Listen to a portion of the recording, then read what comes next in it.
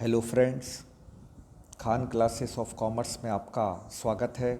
जैसा कि स्क्रीन पर आप देख रहे हैं, पार्टनरशिप की परिभाषा लिखी हुई है, लेकिन आज हम आपको पार्टनरशिप की परिभाषा नहीं बता रहे हैं, बल्कि हम उसके डेफिनेशन का सेक्शन बताने जा रहे हैं। इसके साथ बहुत ही इम्पॉर्टेंट फैक्ट कि पार्टनरशिप का जन्म कैसे होता है, पार्टनरशिप डीड कैसे बनाया जाता है, उसमें कौन कौन सी चीज़ें पार्टनरशिप डीड में शामिल होती हैं, लिमिटेड लायबिलिटी पार्टनरशिप क्या होती है, मतलब आपका जो सीमित दायित्व होता है, सीमित दायित्व वाली साझेदारी क्या होती है और ये एक्ट कब बनाया गया। इसके साथ साथ टाइप ऑफ पार्टनर्स कैपिटल और in the absence of partnership deed what rule will be applied in partnership. तो इन सब चीज़ों को डिस्कस करने के लिए आज हम कुछ महत्वपूर्ण तथ्य लेकर इस वीडियो के माध्यम से आपसे जुड़ रहे हैं।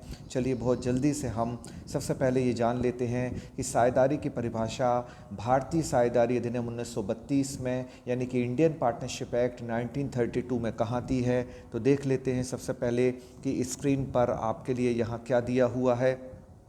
तो भारतीय साझेदारी अधिनियम 1932 की धारा 4 के अनुसार साझेदारी की परिभाषा होती है। अगर आपसे पूछ लिया जाए कि डेफिनेशन ऑफ पार्टनरशिप किस एक्ट में दी गई है, तो डेफिनेशन ऑफ पार्टनरशिप जो है वो आपको किस एक्ट में दी गई है।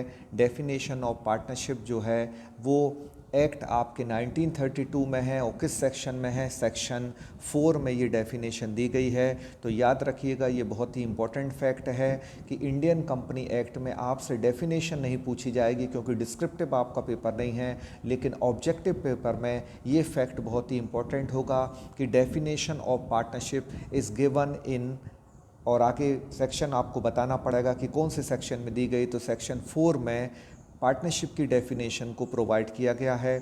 और जैसा कि आप साझेदारी के बारे में बहुत अच्छे जानते हैं, दो या दो से अधिक व्यक्ति मिलकर किसी व्यापार चलाने के लिए जब पूंजी लगाते हैं और लाभ को आपस में बांटना तय करते हैं, तो इस प्रकार के समझौते को हम क्या कहते हैं, साझेदारी कहते हैं। और साझेदारी का जन्म समझौते से होता है।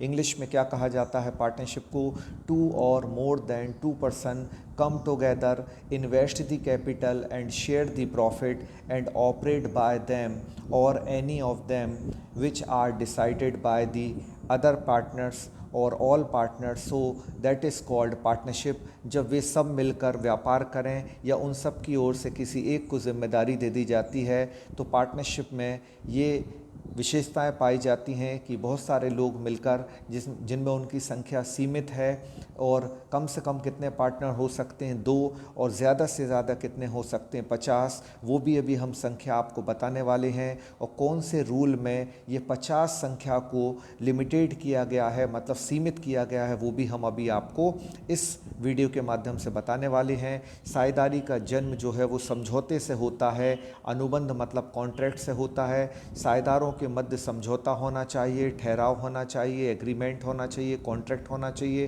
किस बात के लिए, लाभ को बांटने के लिए वो लोग एकत्रित हो रहे हैं और वे सभी मिलकर बिजनेस चलाएंगे, या उन सब की ओर से कोई एक चलाएगा, मतलब वो सब डिसाइड कर लें कि कौन कौन बिजनेस चलाएगा, लेकिन प्रॉफिट जो है वो सारे पार्टनर्स में जो है वो बांटा जाएगा। अब पार्टनर्स एक्टिव भी होते हैं, पार्टनर्स इनएक्टिव भी होते हैं। इनएक्टिव पार्टनर्स वो होते हैं जो फर्म में पैसा तो लगा देते हैं, लेकिन व्यापार का वो संचालन नहीं करते, ऑपरेशनल एक्टिविटी में पार्टिसिपेट नहीं करते, उनको इनएक्टिव पार्टनर कहते हैं। और जो पार्टनर बिजनेस में एक्टिव होते हैं, बिजनेस में डिसीजन मेकिंग करते हैं, बिजनेस को ऑपरेट करते हैं, उन्हें हम एक्टिव पार्टनर कहते हैं। मतलब सक्रिय साझेदार और निष्क्रिय साझेदार, दो प्रकार के साझेदार एक्टिविटी के आधार पर होते हैं, ये भी आप याद रखिएगा। अब हम बहुत ही इम्पोर्टेंट फैक्ट आपको बताने वाले हैं, जो शायद ही आपने कहीं देखा हो या कुछ लोग इसको जानते हैं, कि भारतीय साझेदारी अधिनियम 1932 जो है वो भारत में लागू होता है। इंडियन पार्टनरशिप एक्ट भारत में कब लागू हुआ, ये सबसे इम्पॉर्टेंट फैक्ट है, तो इसको आप नोट कर लें। इंडियन पार्टनरशिप एक्ट 1 अक्टूबर 1932 में भारत में लागू हुआ है। तो 1 अक्टूबर 1932 में इंडियन पार्टनरशिप एक्ट भारत में अप्लाई हुआ। तो आपसे पूछा जा सकता है कि ये कब एनफोर्स्ड हुआ, ये भारत में कब लागू हुआ, तो 1 अक्टूबर 1932 में लागू हुआ। ये डेट बहुत ही इम्पॉर्टेंट है, इसको आप नोट कर लीजिए। और साझेदारी की परिभाषा किस सेक्शन में है, तो definition of partnership is given in section number 4 in the Indian partnership act. चलिए अब हम आगे देख लेते हैं कि मिनिमम नंबर क्या हो सकते हैं और मैक्सिमम नंबर पार्टनरशिप में क्या होते हैं। तो आप स्क्रीन पर देख रहे हैं कि कम से कम पार्टनरशिप में कितने मेंबर होंगे, 2, और अधिकतम संख्या इनकी कितनी हो सकती है, 50। तो मिनिमम नंबर 2 हो सकते हैं पार्टनरशिप में, क्योंकि कम से कम 2 लोगों से पार्टनरशिप की शुरुआत हो सकती है। और मैक्सिमम मेंबर जो हैं वो 50 हो सकते हैं। किस रूल ने इसको लिमिटेड कर दिया है, तो एट लास्ट आप देख सकते हैं कि साझेदारों की संख्या अधिकतम कितनी सीमित कर दी गई, 50 कर दी गई। और किस रूल से कर दी गई है, अच्छे से आप देख लीजिए। कंपनी मिसलेनियस नियम यानी कि कंपनी मिसलेनियस रूल 2014 के नियम 10 ने अधिकतम सदस्यों की संख्या को कितना सीमित कर दिया है, 50 कर दिया है। तो अब पार्टनरशिप में कितने मेंबर हो सकते हैं, मैक्सिमम जो मेंबर हो सकते हैं वो 50 हो सकते हैं। इससे ज़्यादा मेंबर पार्टनरशिप में नहीं हो सकते। तो इसलिए आप याद रखिए, total number of member maximum limited कर दिए गए हैं 50 तक। अब साझेदारी के बारे में हम समझ लेते हैं, इनकी विशेषताएं क्या हैं। 2 या 2 से अधिक लोग मिलकर पार्टनरशिप स्टार्ट करेंगे, उनके बीच में कोई कॉन्ट्रैक्ट होगा, कोई एग्रीमेंट होगा। जो भी उनका बिजनेस है वो वैलिड होना चाहिए, वैध होना चाहिए। अवैध बिजनेस के लिए साझेदारी जो है वो अवैध हो जाएगी और सरकार अवैध कार्य करने की अनुमति नहीं देती। फिर उनके बीच में जो प्रॉफिट कमाया जाएगा, तो जो प्रॉफिट कमाया जाएगा व्यापार करने के लिए वो इकट्ठा हुए हैं, और बिजनेस से जो प्रॉफिट होगा उसको वो म्यूचुअली क्या करेंगे, शेयर करेंगे। फिर बिजनेस का ऑपरेशन वे सब करेंगे या उन सब की ओर से कोई 1 या 2 के हाथ में पूरा व्यापार दे दिया जाएगा और वो व्यापार की डिसीजन मेकिंग करेंगे और बिजनेस को ऑपरेट करेंगे। क्या सदस्यों से अस्तित्व अलग होता है? नहीं। पार्टनरशिप में जो सदस्य होते हैं उन सदस्यों से पार्टनरशिप का अस्तित्व अलग नहीं होता। मतलब पार्टनर और पार्टनरशिप को अलग नहीं किया जा सकता, और पार्टनर ही पार्टनरशिप का निर्माण करते हैं, इसलिए दोनों का अस्तित्व एक सा है। इसके बाद सब पार्टनर की लायबिलिटी कैसी होती है, तो अनलिमिटेड होती है। इस बात को याद रखिए, अनलिमिटेड लायबिलिटी जो है वो सारे पार्टनर की होती है। अनलिमिटेड का मतलब क्या होगा, अनलिमिटेड लायबिलिटी का मतलब ये होगा, अनलिमिटेड लायबिलिटी का मतलब ये होगा कि अगर उनकी पार्टनरशिप में कोई लॉस होता है तो उस लॉस को पूरा करने के लिए उनकी प्राइवेट प्रॉपर्टी जो है उसको भी यूज़ किया जा सकता है। तो वो अपनी पार्टनरशिप की लायबिलिटी को पूरा करने के लिए उनकी प्राइवेट प्रॉपर्टी का भी यूज़ किया जा सकता है। इसलिए यहाँ दायित्व क्या होता है, असीमित होता है, अनलिमिटेड होता है। अब इसके बाद आगे देख लेते हैं कि लिमिटेड पार्टनरशिप क्या होती है और अनलिमिटेड पार्टनरशिप क्या होती है। बहुत ही इम्पोर्टेंट ये फैक्ट है, तो इसको आप बहुत ध्यान से देखें। आपकी जो नॉर्मल पार्टनरशिप होती है ये वो दी गई है, और एक LLP है जो कि लिमिटेड लायबिलिटी पार्टनरशिप है। तो इसके संबंध में जो एक्ट है वो 1932 एक्ट है, और इसके संबंध में जो लिमिटेड लायबिलिटी पार्टनरशिप एक्ट है वो 2008 है। तो अब दोनों में क्या फ़र्क है, दोनों में अंतर देख लेते हैं। इसलिए हमने कंपैरेटिव आपको जो है वो ये स्टेटमेंट लेकर आए हैं। इंडियन पार्टनरशिप एक्ट कब अप्लाई हुआ, 1932 में, और जैसा कि डेट अभी हमने आपको बताई आप याद रखना। Indian partnership act is applied on 1 अक्टूबर 1932, 1 अक्टूबर 1932 को लागू हुआ है। जबकि सीमित साझेदारी अधिनियम, जिसको हम लिमिटेड लायबिलिटी पार्टनरशिप भी कहते हैं, वो कब अप्लाई हुआ है, तो 2008 में हुआ है। तो ये 1932 में हुआ, ये 2008 में हुआ। अब दोनों का जन्म कैसे होता है, तो पार्टनरशिप जो ओरिजिनेट होती है वो समझौते से होती है, मतलब एग्रीमेंट या कॉन्ट्रैक्ट से होती है। जबकि लिमिटेड लायबिलिटी पार्टनरशिप जो है उसका जन्म समझौते से नहीं होता, म्यूचुअल अंडरस्टैंडिंग से नहीं होता, बल्कि किससे होता है, विधान द्वारा होता है, मतलब कानून द्वारा होता है। जैसे कंपनी कानून द्वारा निर्मित होती है, वैसे ही सीमित दायित्व साझेदारी भी, लिमिटेड लायबिलिटी पार्टनरशिप भी किससे स्टार्ट होती है, कानून के द्वारा होती है, बाय लॉ होती है। तो यहाँ म्यूचुअल अंडरस्टैंडिंग से होती है, बाय एग्रीमेंट और बाय कॉन्ट्रैक्ट से होती है, जबकि यहाँ बाय लॉ होती है।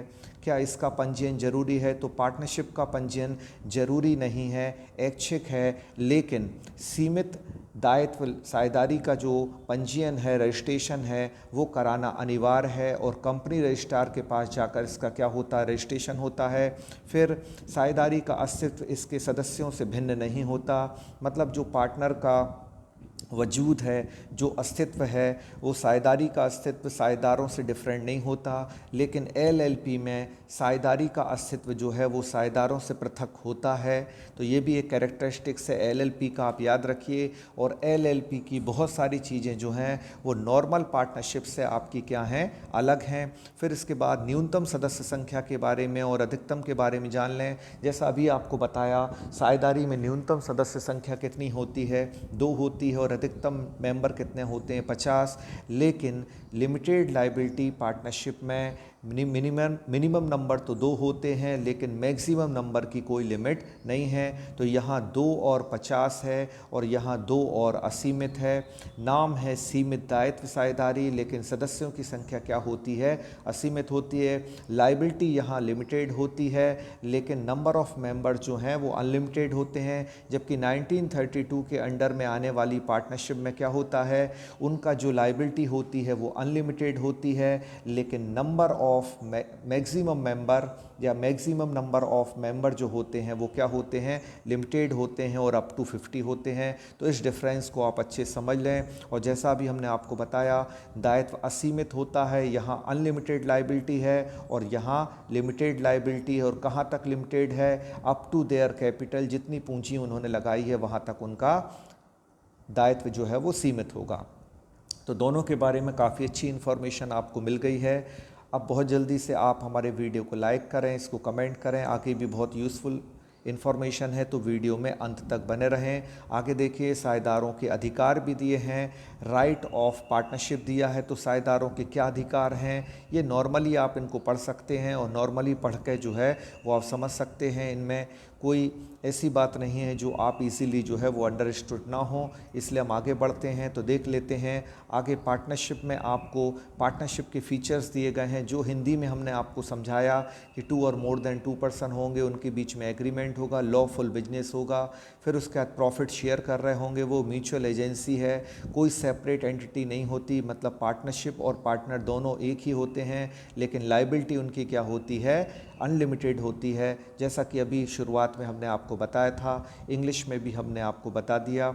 अब इसके बाद देख लेते हैं पार्टनरशिप डीड क्या होता है। ये बहुत ही इम्पोर्टेंट एक पहलू है। और पार्टनरशिप डीड के एब्सेंस में कौन से नियम लागू होते हैं, और वेतन नहीं दिया जाता तो किस धारा में नहीं दिया जाता, कौन सा सेक्शन में नहीं दिया जाता, ऋण पर ब्याज की व्यवस्था जो 6% है वो किस सेक्शन में है। आगे इस वीडियो में हम सब कुछ डिस्कस करने वाले हैं, इसलिए वीडियो को अंत तक देखें और पूरी इन्फॉर्मेशन आपको हम यहाँ प्रोवाइड करने वाले हैं। और हमें ये बहुत ही खुशी हुई है कि हमारे पेड ग्रुप में जो भी स्टूडेंट पढ़ रहे हैं उन्होंने अपना फीडबैक हमको दिया है कि उनकी स्टडी जो है वो बिल्कुल राइट डायरेक्शन में आ गई है। रोज़ वो नोट्स बना रहे हैं और हमारे दिए गए कंटेंट से फ़ायदा उठा रहे हैं। और जिन लोगों ने अभी तक हमारे पेड कोर्स को ज्वाइन नहीं किया है तो वो उसके बारे में हमसे चर्चा कर लें, और जो भी उनको डाउट है हम क्लियर कर देंगे।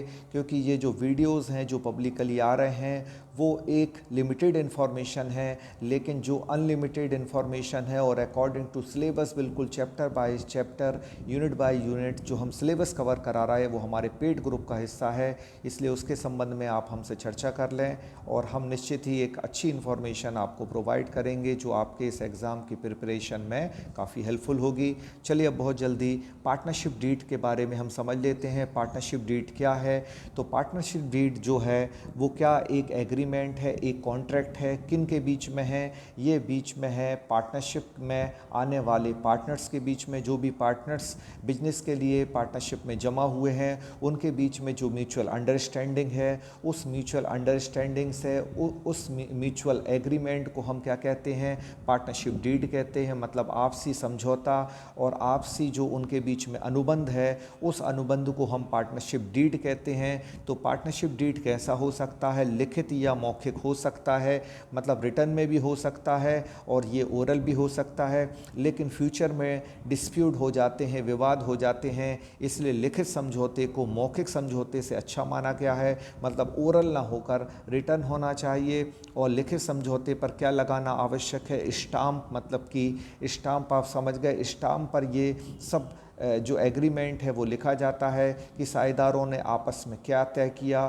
तो साझेदार आपस में कैसे व्यापार चलाएंगे, नए साझेदार को प्रवेश दिया जाएगा कि नहीं, न्यू पार्टनर एडमिशन होगा कि नहीं, डेथ होगा तो किस तरीके से हिसाब किया जाएगा, कोई पार्टनर रिटायर्ड होगा तो क्या नियम होंगे, और साझेदारी का विस्तार होगा तो क्या होगा, जब साझेदारी का समापन होगा तो क्या होगा। कुल मिलाकर साझेदारी के जन्म से लेकर साझेदारी के अंत तक जितनी भी महत्वपूर्ण पहलू होते हैं, उन सारे इम्पोर्टेंट आस्पेक्ट को जिस पेपर पर, जिस एग्रीमेंट पर कंसोलिडेटेड कर लिया जाता है, इकट्ठा कर लिया जाता है, लिख लिया जाता है, उसको हम पार्टनरशिप डीड कहते हैं। पार्टनरशिप डीड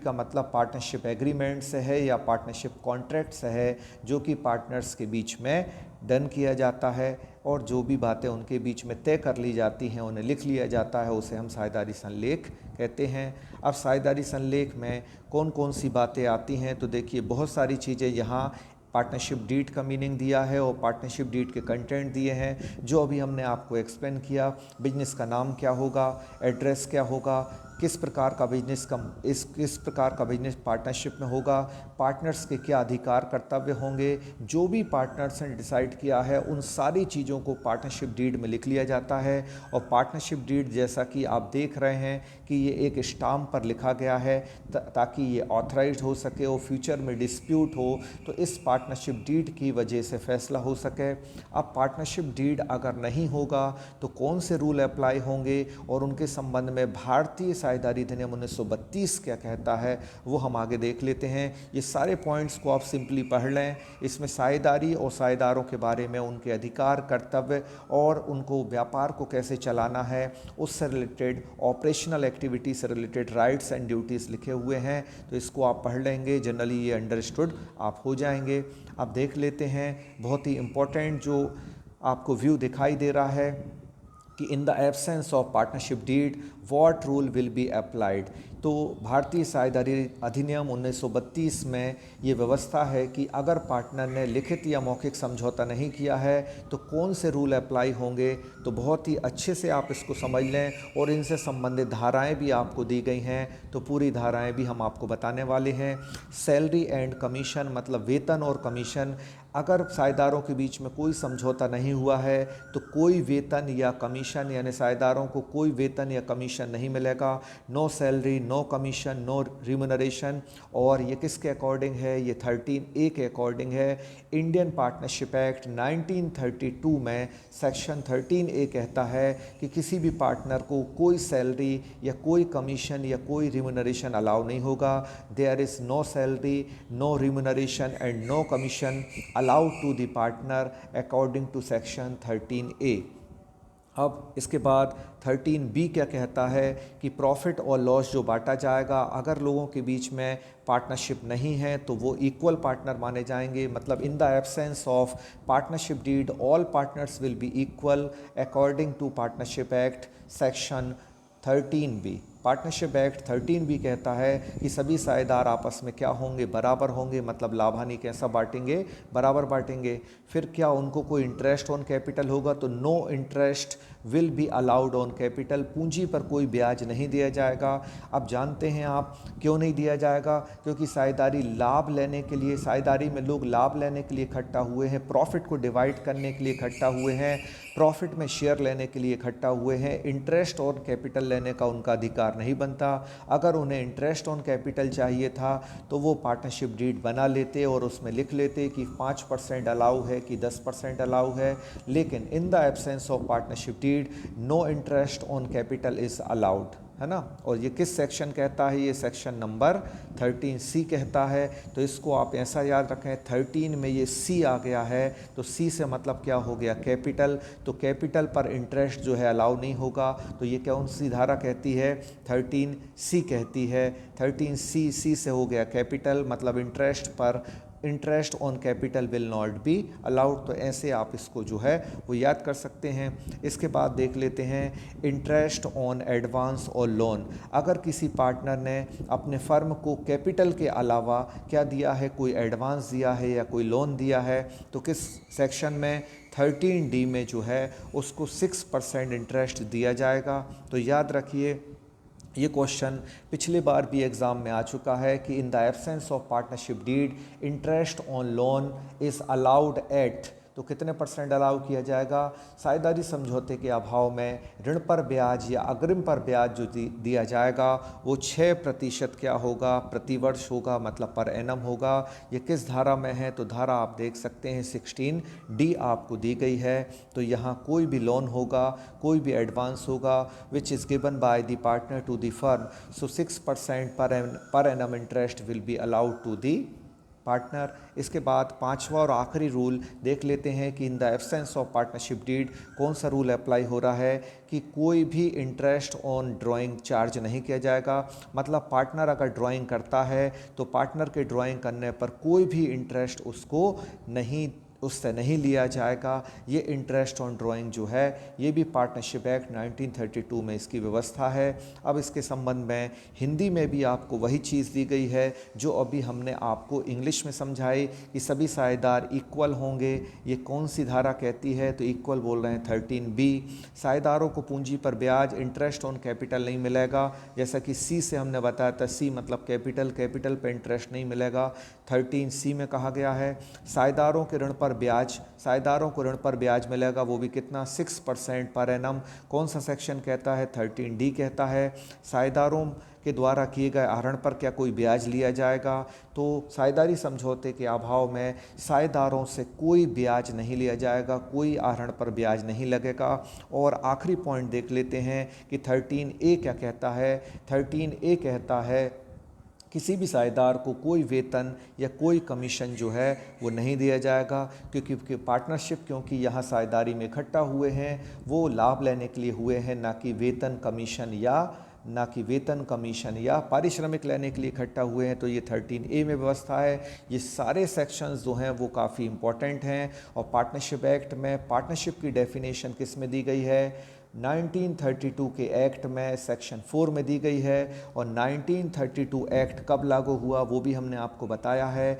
भारत में 1 अक्टूबर 1932 में पार्टनरशिप एक्ट जो है वो अप्लाई हुआ।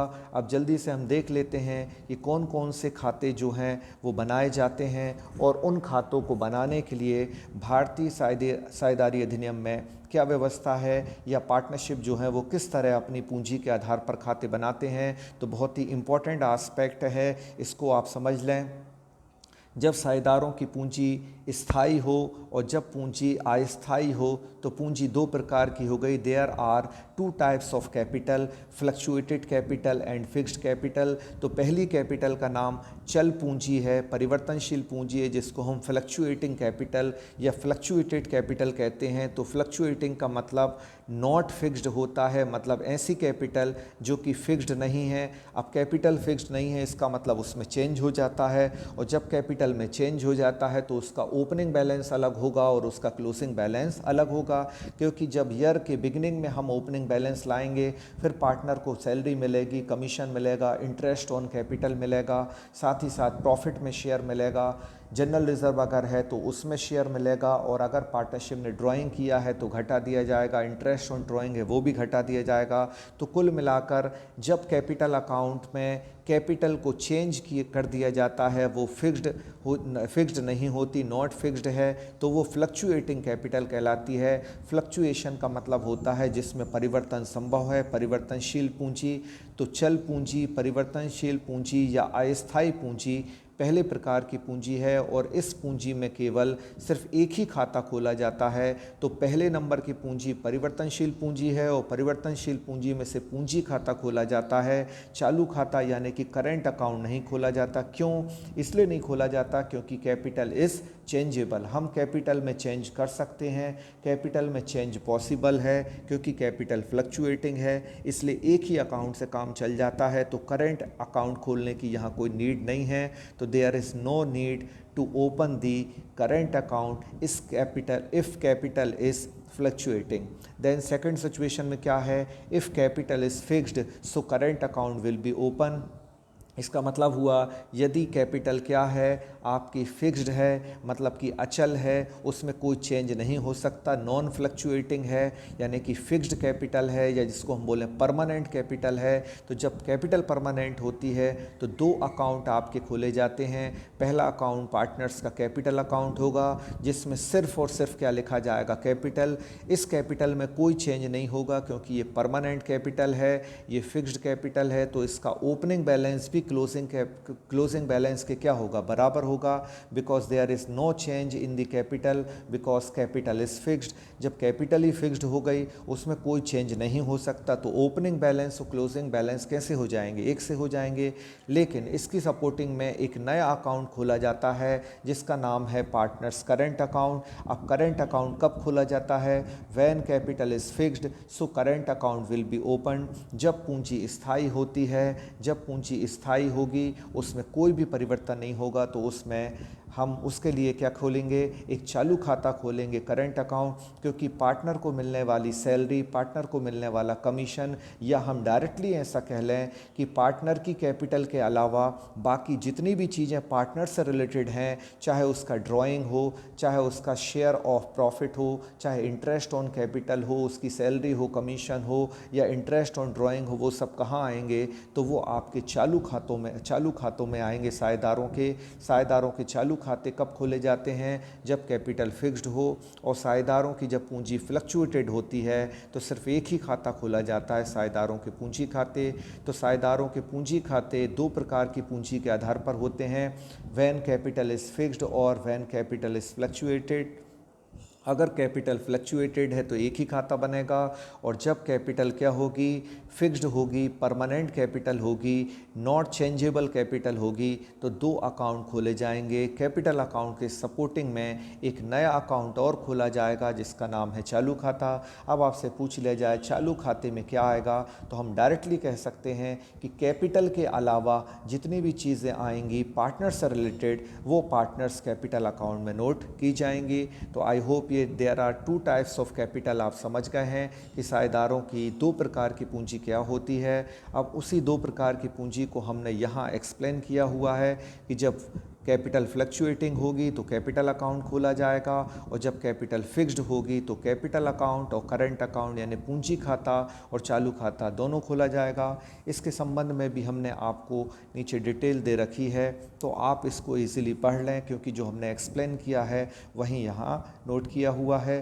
तो आई होप कि ये वीडियो आपको अच्छा लगा होगा और पार्टनरशिप से रिलेटेड काफ़ी यूज़फुल इन्फॉर्मेशन आपको मिली होंगी। जैसा कि हमने आपको पार्टनरशिप डीड के बारे में बताया कि पार्टनरशिप डीड क्या होता है और उस डीड के एब्सेंस में भी कौन से रूल अप्लाई होते हैं, सेक्शंस बताए, तो ये वीडियो बहुत ही इंपॉर्टेंट होने वाला है।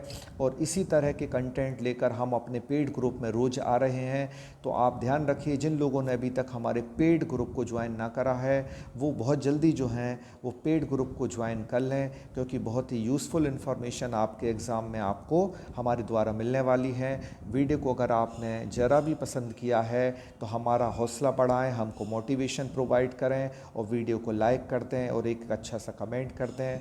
आपका दिन शुभ हो। Thank you so much to all of you.